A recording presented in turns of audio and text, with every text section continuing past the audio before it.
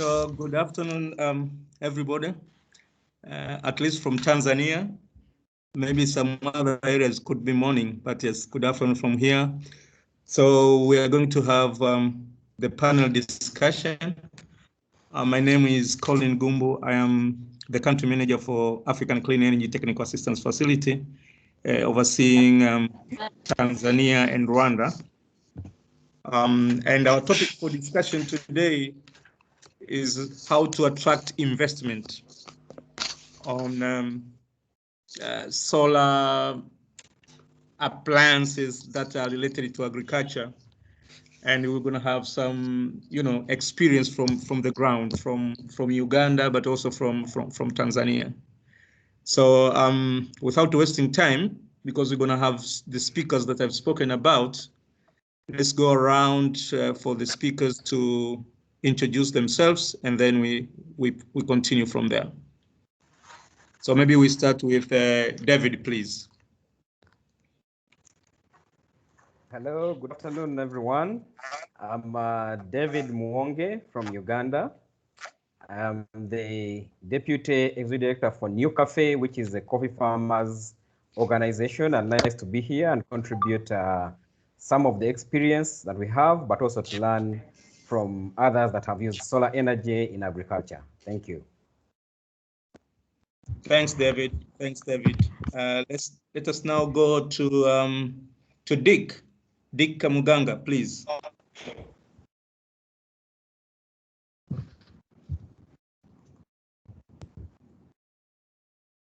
Dick, are you in? Okay, looks like Dick is not yet in. We continue with Sisti from Tanzania. Sisti, please, you're on mute. Yes, good. Yes, I'm already unmuted. Hope you can hear me now clearly. Yes. Yes. Yeah. So this is Sisti. Hi, everybody. This is Sisti Basil, dialing from Dar es Salaam, Tanzania. I currently work with Energy and Livelihood for Community Foundation, shortly known as the LICO Foundation, and I work more into renewable energy technologies with last mile villages. It's a pleasure to be here. Thanks, Sisti. So Dick is still not in. We have 45 minutes for this session.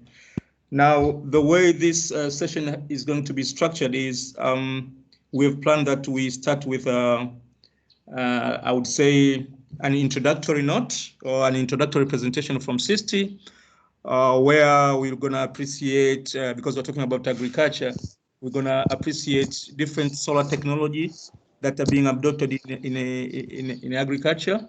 But also, I think we also going to learn about the challenges that are facing the farmers against the uptake of these technologies. And then from there, we'll move to the proper panel discussion. So back to you, Sisti. You have not more than 10 minutes, please. Okay.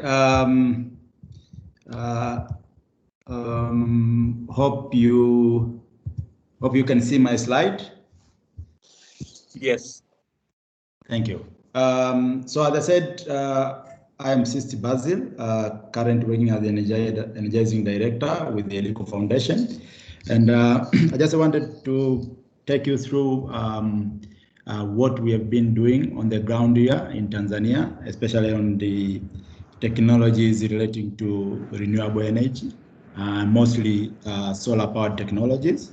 But before that, I wanted to also let you know that we at the LICO Foundation, we have been working tirelessly with, linking with the issue of financing. So linking investors and the communities who are providing funds, debit and equity on the area of technologies.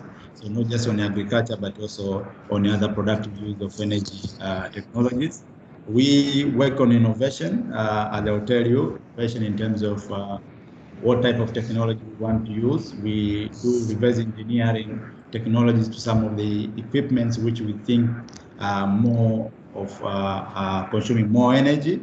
We do research and development on different areas. We do research and development on cooking energies like ethanol. We do research and development on cold chain facilities, but also we do demonstration and capacity building. We want people to learn by seeing and learn also by practicing. I'll also talk about that in the near future. But also we have a good experience, a huge experience on product users of energy.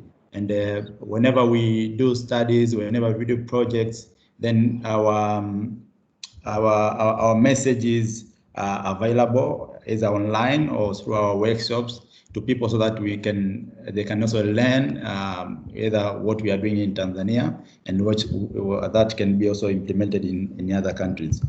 Now, why is energy access such a big deal? And probably we already know about this data that 2.5 billion people are still cooking with polluting and inefficient fuel technologies, either being in rural areas, being in urban areas where charcoal is still dominating. And I think this is a big factor we can look when we are talking about agriculture, because if you are talking about polluting and inefficient fuels, we are talking about deforestation, we are talking about tree cutting, and we are talking about charcoal and firewood, which are almost polluting.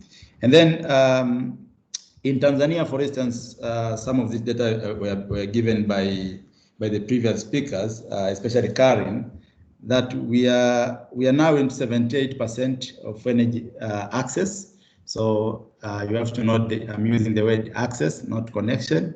But also we know that 21% of the population are still living without access to electricity, and also 30.2% in rural areas have no access completely. Now, talking on agriculture, we are also seeing that only 1.6 up to 2% of the land of the 29 millions of hectares of irrigatable land are only irrigated. So only 1.6. You can imagine with the 29 million. Only 1.6% is being irrigatable. And also from the data we have and from the data which came out last year, we are seeing that in Tanzania, up to 40% of the produced food for human consumption is lost or wasted, either during transportation or during post-harvest related losses, or when it even reaches the market. So we are seeing all this challenge, and for these reasons is why we as the LEGO Foundation have decided to look more into productive use of energy. How do we use energy as an enabler into solving some of these challenges? And for that, I would like to quickly tell you a story about the two projects that we are doing. One is the implementation of what we call agrocentric mini-grid, which is the established mini-grid purposely for saving small-scale farmers in Iringa and Dodoma region of Tanzania. So what we have done is build a bigger tank, 100,000 liters, very close to the mighty Ruaha River, whereby up to now we have more than 300,000 diesel-powered water pumps, both taking water from that river. So what we've done, we have built this tank, two of them actually, and then we've put them into a higher place, and we pump the water with the solar-powered pump. And then when the tank is full, it flows back to the people's farmland on gravity. And I think this has also helped us a lot, because with the agrocentric mini-grid approach, it does not just pump water. You can also use the same energy to power the cold rooms while you are harvesting and while you are waiting for people to come and pick your crops. But also you are reducing the emissions, as I said, more than 300 300,000 pumps into that river. And also we are, for those other farmers in which they cannot be very close to the river, or they're farming in areas where you don't have a big river, we have what we call movable solar pump systems, with a solar PV panel. You can see one on my left corner. And these ones, we are working with Sim Solar Company, and they have been very, very, very useful in terms of helping women who are farming areas which are less than 1 acre. And this is not for free, because we got this as a grant, but we have said in terms of sustainability, we have a model. Like for the bigger tank, the farmers are paying 50,000. Every farmer pays 50,000 per month, which goes into their established groups bank. And for the women, they are paying only 10,000, which is maybe $2. And this has also really helped out. If you look at the immediate impact with this, it has increased the smallholder farmer income, as the production can also increase, reduce the operation costs because of the switch from diesel to solar. And this has been the biggest challenge why most people also are not adapting to this. Also, it has increased the yield per hectare. If you look at what we have seen once we introduce this tank, for instance, people can now farm more than 10 acre, like one family, which before it was maybe 3 up to 4 acres only. So you have 2 minutes. You have 2 minutes to finish. Okay, thanks. And then what we've done again is to look at areas with mini grid. And for instance, what you are seeing is a live bakery in one of the villages in Tanzania, and we are working with Power Corner. So Power Corner, we are struggling on where they can sell the electricity, but now we have established this in that particular village, and it's every day consuming 6.6 kilowatt hour per day. And I think this has also helped not just the Power Corner selling the electricity, but also help the local community to kind of add value to whatever they're producing. So you can have a bread which is coming from, rice, you can have which is coming from potatoes and all that. But also we have pipeline activities. So we are also creating a value chain for fishes. We are working with the David Ali company from India on the solar fridges. But also we are on the movement of goods in rural areas and saving costs. We are also developing a 3-wheeler kind of technologies. Now, what are the challenges we are seeing, and why are people not adapting? One is the upfront costs for solar PV system, the pumps and all that. And you have heard Karen saying before that we are fighting for the pumps to be also exempted, like the solar panel. Also, most collateral-based loans also limits people from going into adapting this technology. And then limited evidence of success case studies, and most of them are being seen as pilots.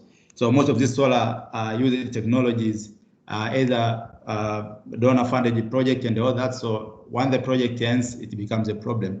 Also, low sustainability consideration of pilot projects, as I said earlier, and then limited awareness of potential renewable solution and the application, and lack of sense of ownership, because most of them are seen as the pilot projects. Yeah, so we welcome people to partner with us, either in Tanzania or any other country. You can come, you can learn, we can co-create and probably work together. Thank you. Thanks. Thanks a lot, Sisti, for that opener. Great to know about the different opportunities we have for farmers and people who are involved in agriculture, bakery, irrigation, but also the cold chain. But also, it was very exciting to understand that there is a huge opportunity on post-harvest. I mean, to decrease the losses after the harvest. So I'm moving forward now. I'm going to pose questions to you, Sisti and David. And my questions will be around how do farmers take advantage of the energy agriculture nexus. But also we are going to look on how also the appliances we are talking about can be able to address the issues of food security to achieve zero hunger as per the Sustainable Development Goals #2 of the year. But also I think we'll be very keen to understand about the players along the value chain and also the business model involved. So I have specific questions, but also I encourage all the members of the audience to write their question on the chat box as the session continues, and we'll take care of them at a later stage. So my first question to you is I'm posing to you, Sist. We are glad we have known about different technologies that are out there. But in terms of the users, especially the farmers, and in this case, take an example of Tanzania. What is your view about the level of awareness? Are they aware that they have these solutions for them to grab? Thank you very much, Colin. I think that's a very good question. Generally, if you talk about solar technology, and if you visit most of the rural areas, people are now understanding that such technology do exist and what it can do. Because starting from when we started talking about the standalone system and the introduction of system like with companies like Mobisol and all that, and then it came the concept of productive use of energy, where people also started to understand that okay, solar can do this. You can use solar for other several activities like small milling machine. You can use that for TV. You can use that for everything. So there's trust on solar start generating. And then that came to other big systems like mini-grid. But on agriculture in specific, I think the introduction of, people try to understand, you can pump water, for instance, with solar. It is not that much old compared to the other productive uses of energy. So yes, there are companies who are now doing that, doing the campaign and showing, because people in rural areas, sometimes they want to see what is happening. So to answer your question, the awareness is starting to come up. People are now seeing from the various projects like Project of Ours and the other projects, and they are interested to do so. Some are also finding it difficult because they have suffered by using fake solar, so they cannot believe if this solar we are talking about can power can fill a 100,000 water tank. So still we need to do a lot of awareness. Still we need a lot of encouragement, but the awareness is also coming up. So it's picking up in terms of solar water pumps.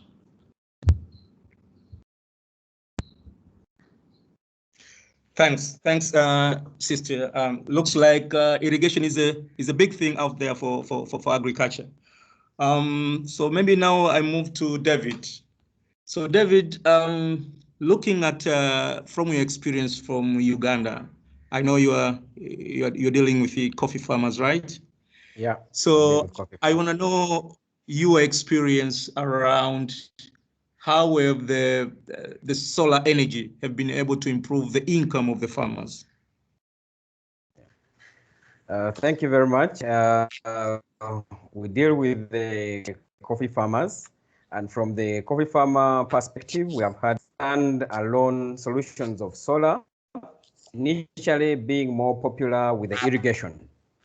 And the irrigation being that coffee is very sensitive to drought. So what we have seen is that most of the farmers that are taking on the standalone product for solar are going on to get the irrigation for their coffee farms. And this has more than tripled their productivity from those farms. Some of them, it has even helped them to produce longer than the normal coffee season. So with that, we are seeing quite a number of them adopting. We have also those that are engaged in the production of planting materials for coffee, and those two with the irrigation, because water is a very important input, that has also boosted where the irrigation is powered by the solar, since in most of the areas they don't have access to electricity from the grid. We have also seen a bit of use of the solar for some grid-tied system, like what we are using at New Cafe, but this is now at a bigger level where we have processing, secondary processing of the coffee, and that reduces the cost for value addition. Because the more you go up the value chain, the more value you can get from the coffee. So we have also had a bit of that experience in terms of increasing the value, reducing the cost, because the cost of the power is really very high. And this can be done out there in the field with processing factories, primary processing factories. Yeah, thank you. Thanks, David. Good to hear. Good to hear about the reduction of costs for the farmers, but also solar energy has been responsible to increase the productivity of their produce. But again, you have an issue of value addition, where, I mean, the more you process the raw product, the higher the value it takes, and therefore it increases their value at the end of the day, and hence their income. Maybe I go back to Sisti again. So maybe you've been talking about different technologies. You've been talking about the cold chain, the irrigation. Can you just give us the feeling about the key players along the value chain? For example, pick up the solar irrigation, for example, which is sort of like being more popular. Can you try to share with us the type and the caliber of the players along the value chain, and what do they do, I mean, to increase the uptake? Back to your Sisti. Thank you very much, Colin. So there are several players around this area.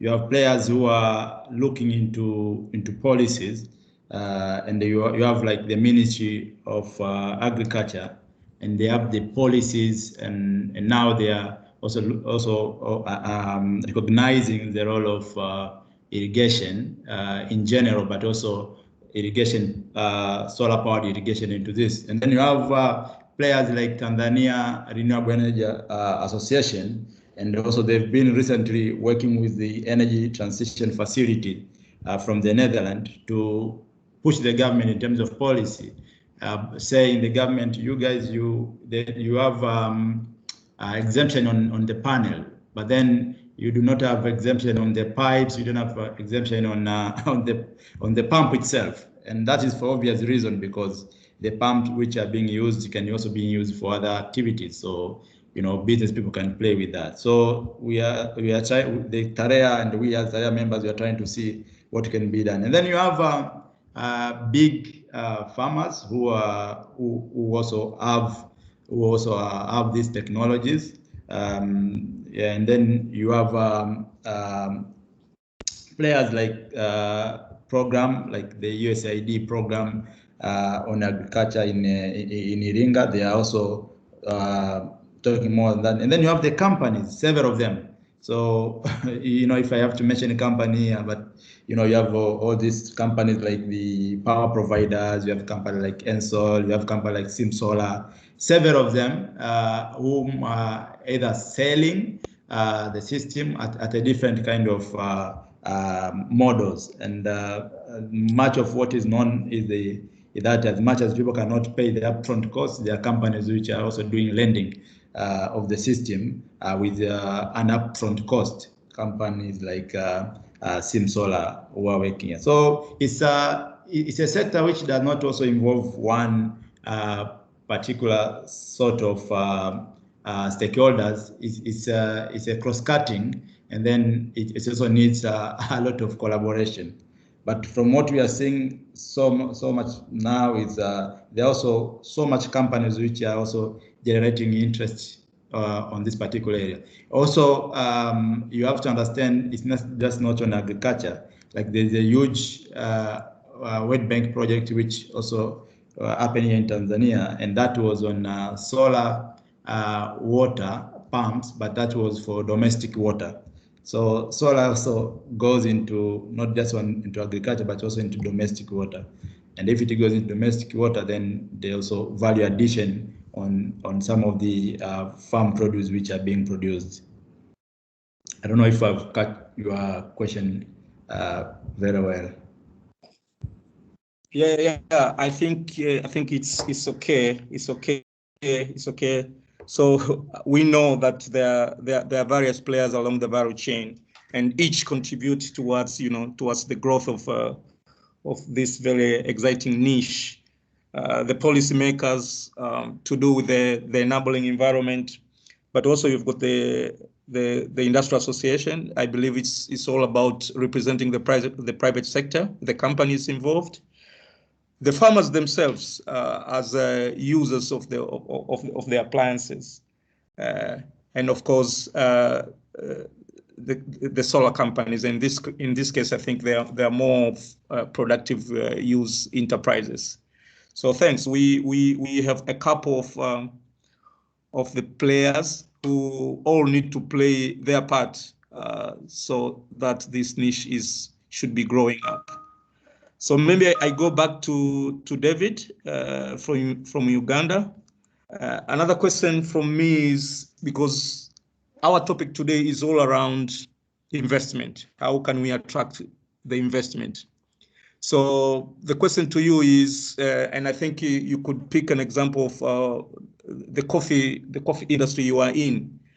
Now, how do we attract you? I think you've been talking about drying coffee, putting the more value addition to the coffee. But how do we catalyze the flow of investment into this sector, into the farmers, into the appliances? How do we do that? And maybe you can pick specific scenarios in Uganda. To you, David. Thank you very much. Well, catalyze the investments into this sector. I think the very first thing is to build the business at different levels: the farmer level, at the primary processing, the secondary processing, and other levels of the agricultural value chains. When you build the business case, then someone knows what will be the benefit they are getting from having the solar standalone systems, all the grid-tied solar systems. With that should come the business models. Like now we have seen the pay-go models, where the upfront can be spread out over a long period of time, given that most of the solar systems are really systems that have a longer payback period. And it might be a challenge accessing credit, which is very short term, and you use it for having systems which are payback period. In terms of the investments coming directly from the farmers, there we need to have better sensitization, inform them of the business models, and provide them the finance that they need to actually achieve the benefit in the short term, in the medium term, and also in the long term.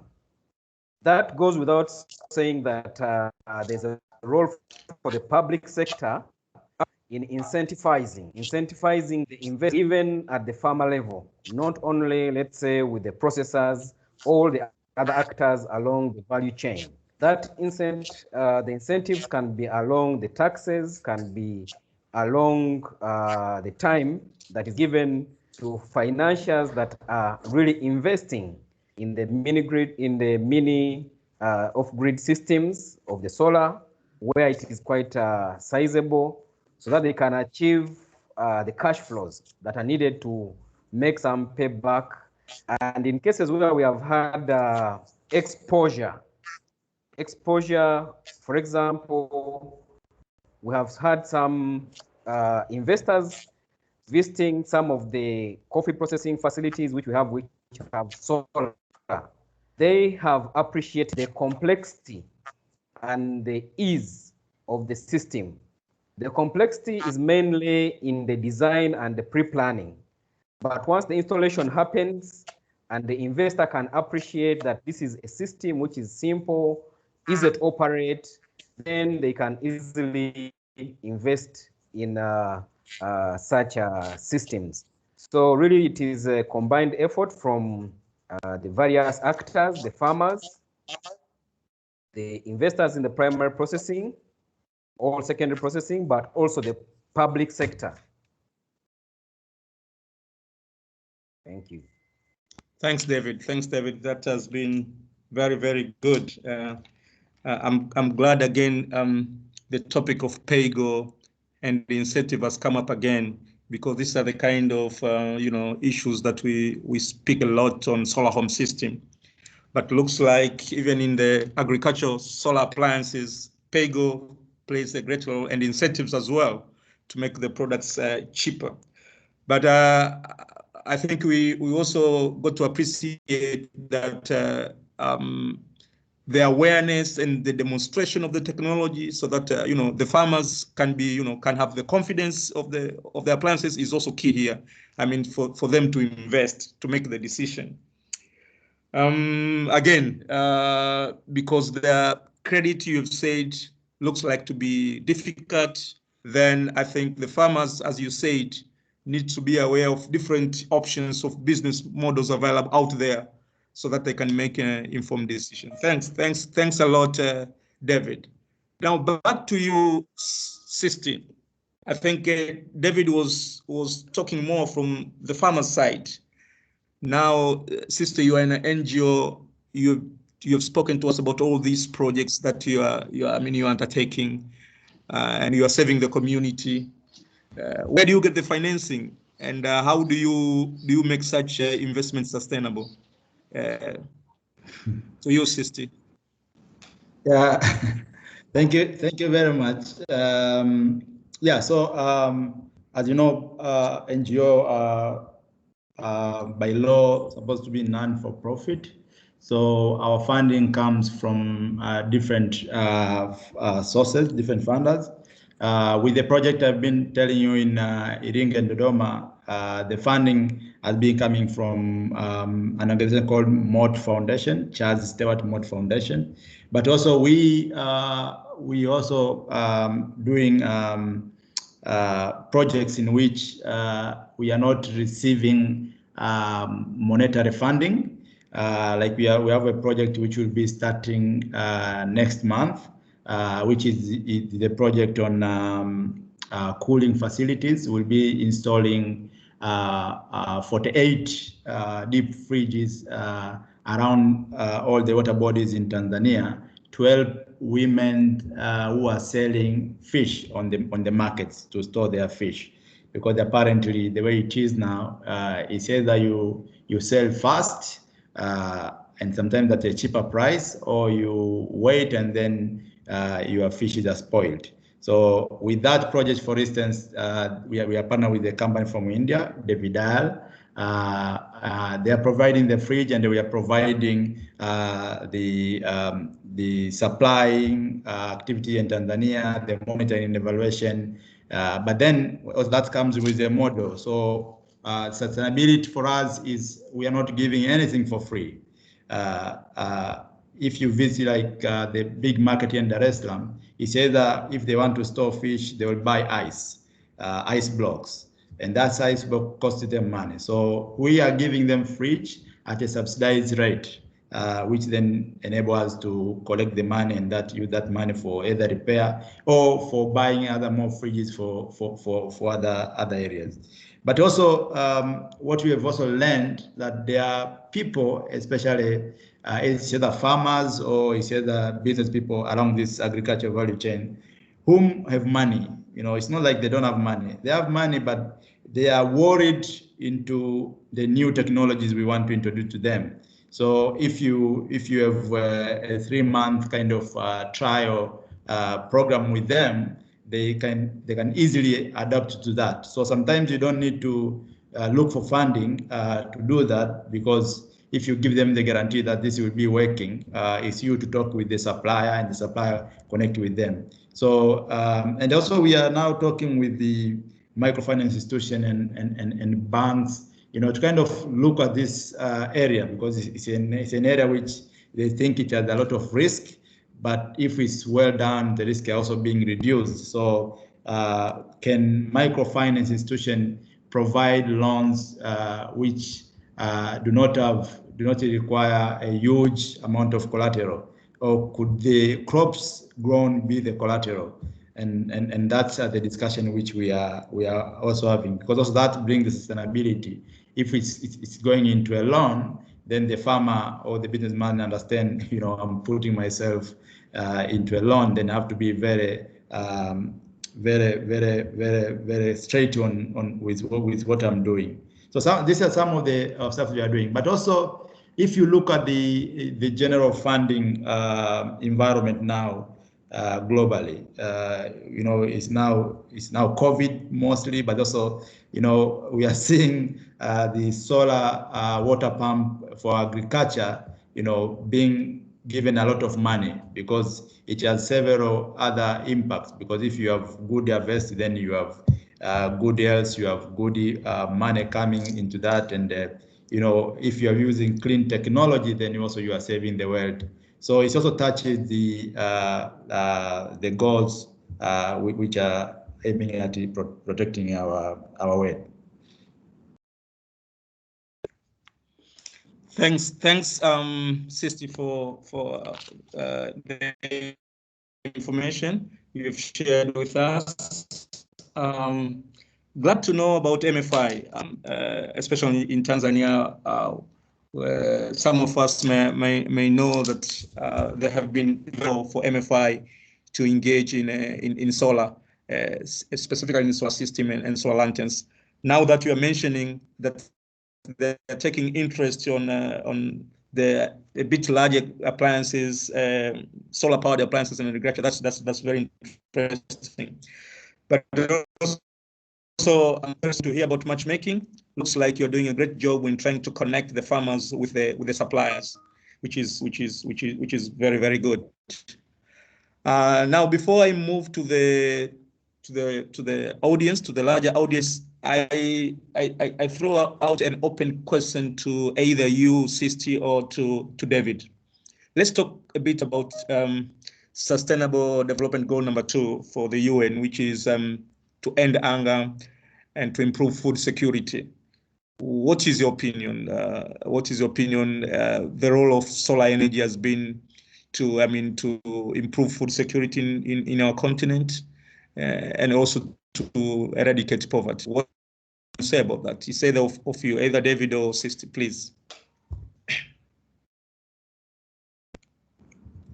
Yeah, I think I can a little bit talk about that, and David can also contribute on that. I think if you look at what solar can do, we should all be rushing into that, because you can use solar-powered appliances for, as I said, for irrigation. So the solar pumps and all that. You can use solar-powered appliances for storing and saving the post-harvest losses. So that can be for some of the high spoiled kind of produce. But also you can use the solar energy for drying. So if you want to dry stuff, you can use the solar energy. And more. You can use that for milling, so to add value to your cereals, being maize and the likes. Yeah, so there are several uses which are very direct. And I think what needs to be done is for farmers to be, as David was saying, to be educated about this. And also not forgetting that solar is not just an enabler. So if you you are giving people ability to farm around the year, then you have to give them market, which is it's an area which we also need to look into, and that's what we have been doing. So, like for instance, with our project, we are connecting the farmers with the company which is selling outside the country. So they are growing crops which they know they have the market already. And if they're selling outside, that means they have money, they can exchange whatever they want to buy. If it's buying another types of food, they can buy because they have the buying capacity. Thanks. Yeah. Thanks, Sisti. David, any thoughts? Yeah, well, to add on to what Sisti has really said, when you have an increase in income, which is really boosting the purchasing power of this farmer, then you have a better access to nutritional foods. And in some cases with the irrigation, what we have seen is that apart from the increase in productivity of the cash crops like coffee, you can also have intercropping. And this intercropping can help in terms of providing food for the smallholder household and provide that food over a longer period of time where there would be the season, they would have more income coming from the solar powered irrigation. So that is as the contribution of the solar to the food or at the farmer level, but also through the marketing to the wider communities where these systems are installed. Thank you. Yeah. Thanks, David. Thanks, David. So I think you've touched about two issues here. One, I think it was very interesting to know about intercropping. I mean, I think you're coming from an area where people are doing coffee. So to address the issue of food security, I mean, they mix with food crops. But also, I think it was also good to hear about this linear curve, if I may call it. That's solar energy increased productivity, but also when it increased productivity, it means now, given that you have the market, the income of the farmers goes up, and then when they have got more income, they can access food, right? Which was a very good correlation, a very good chain to know. So I think from me, my question from me, I'm done. I think let's go back to the floor for any comments, for a question or seeking clarification. I'm seeing a hand from Reginald. Reggie, please go ahead. Thank you, Colin, for allowing me to speak, and thanks to David and Sisti. It's good to see an old colleague, Sisti, also on the platform. That's very good. Very happy to see you. One of the things that I've always seen in this sector is that the initial investment cost of renewable energy is a bit on the steep side, especially for rural communities. You're talking of thousands of dollars, especially if you're talking about solar pumps for irrigation. And I think most of the communities here in Southern Africa, I'm also sure about East Africa, they've really struggled to make use of the available technology because of the initial investment cost. But I understand also that there's a new company here in Zimbabwe which is working with AECF. They're trying to employ a strategy whereby they do pay as you go. To ensure that there is an increased uptake of the solar pumps. Of course, we have seen pay as you go mostly for solar systems, but not necessarily for renewable energy use or for productive use of renewable energy. So I'm not so sure if you also seen such examples in East Africa, or is it possible to employ such strategies in East Africa? Yeah. Maybe David, I can go and then you can also add on it. Yeah. Hi. So yes, we as we are speaking, we have a company, might be so many, but then the one I know, because we are working with it and we have a good working relationship with them, is Sim Solar. So Sim Solar, they are already doing that. They are doing pay as you go, and they've been doing that for a long time now. And I think that has, in a way, reduced some of the costs of the initial investment costs, which are to be blamed for why we are not quickly adapting to the use of this renewable technology. So Sim Solar, they are already doing here in Tanzania. They are also, I think, doing in Uganda, and probably in Kenya and Rwanda. There are companies who are also doing that.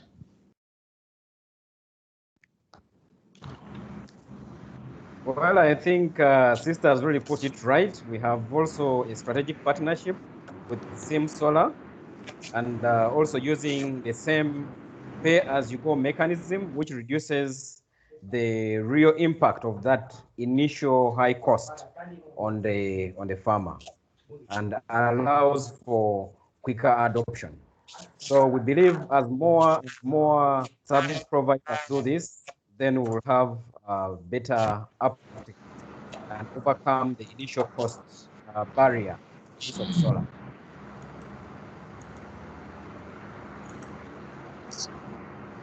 So thanks.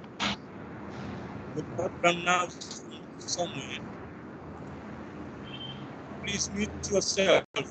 Mute yourself if you're not speaking, please. We are hearing background noise. Yes, thanks. So again, it's interesting to hear about PayGo again as a model to address the initial investment. But now, I was also keen to understand, how do you address the issue of the seasonality now of the income? Because I don't know about coffee, but I understand some of the agricultural products could be seasonal. So do we have alternatives that, yes, we have PayGo, but could our farmers have income all the year round? How do you address the issue of seasonality, which is becoming like a common problem in East Africa, where farmers have got abundance of income at some point of season, and the other time they don't have any? Any experience from Uganda, David? What we have experienced together with the strategic partnership, because we are a farm organization and we are working with a specialized solar company, we come in and bring the bit of the understanding of the value chain and when will the cash flow be available, and of course the technical needs of the crop. So in doing that, we're able to structure the payments better for the farmers according to when the coffee season is on and when we as an off-taker can receive the product from the farmers and pay to the irrigation service. So we have seen that, and also the encouragement in some of the areas where it is possible to have intercropping. Then you have alternative sources of income. So the whole appraisal of how the farmer is taking on this system looks at the target enterprise, but also the other sources of income, and then the repayments are well structured according to seasonality and the other sources of income. Yeah, good to hear, David, that at least we have some flexibility in terms of the payment to allow the farmers to invest in the technology. We have a hand here from Sedenia. Sedenia, could you please proceed with your question? Yes, as Sedenia is as she's proceeding, Colin, we are really constrained for time. So try and wrap up with Sedenia. Yeah. Okay. I'll try to be quick. Thank you so much for your presentation. I'm more interested to know more about the cold chain. So maybe Mr. Sisti can address my questions. How is it selling the value proposition for the small scale farmers, considering the fact that cold chain is a new technology in East Africa? and how did they take it initially, and what does the ownership model look like in your project? You talked about sustainability, so are you co-managing it together with the farmers, or are they entirely managing the systems? And also, are you working with any farmers groups or cooperatives in this project? Thank you. Yeah, thank you very much, Sedenia. If I understood your question very well, was how are they coping, or how are they quickly adapting to the new technologies, right? Yeah, so before we do any project, we usually, we have a model. We go to the people, we stay with them, we talk with them, we sit with them, we start from what they know, and then we introduce what we want them to do. So we co-create all our project with them. If they say we don't want this, we want this, then maybe we move to another area, and so. But also, the good thing is what we usually do. We usually start slowly. So with the water tank, for instance, which is a huge project, we started with the small pumps. Going with them into the farm, using that solar to irrigate, and then they say, okay, it's working. And then when they say it's working, and then we go to a bigger scale, and that has helped them. So with the ownership model, the program, if the program is for 4 years, first of all, what we do, we usually register the groups. So from the district government to the regional government to the national government, and then they have their own bank accounts and all that, in which then the operation of that project or the water tank is kind of regulated by the rules in which the group has been formed on that basis. So if we leave, then we leave a mechanism in which the project continues, because they have their rules, they have their guiding principles which kind of bind them, and then we kind of follow and advise them. So that has been the model we use. But also, it's good always, for instance, what we do to link them with the local government, agricultural personnel or energy personnel, in case of any issue that they can follow.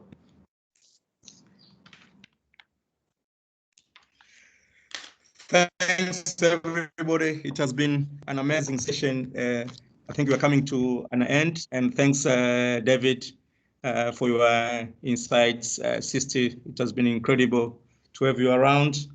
We've learned a lot. I was taking notes here.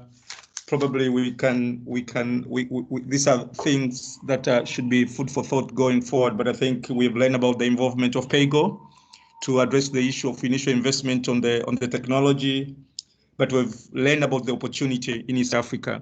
When you talk about solar energy in agriculture, talking more about big opportunity in irrigation, big opportunity to address post-harvest losses. That's a big thing. We've learned about solar energy. I mean, being a good, providing solution for, to improve productivity, but also the income.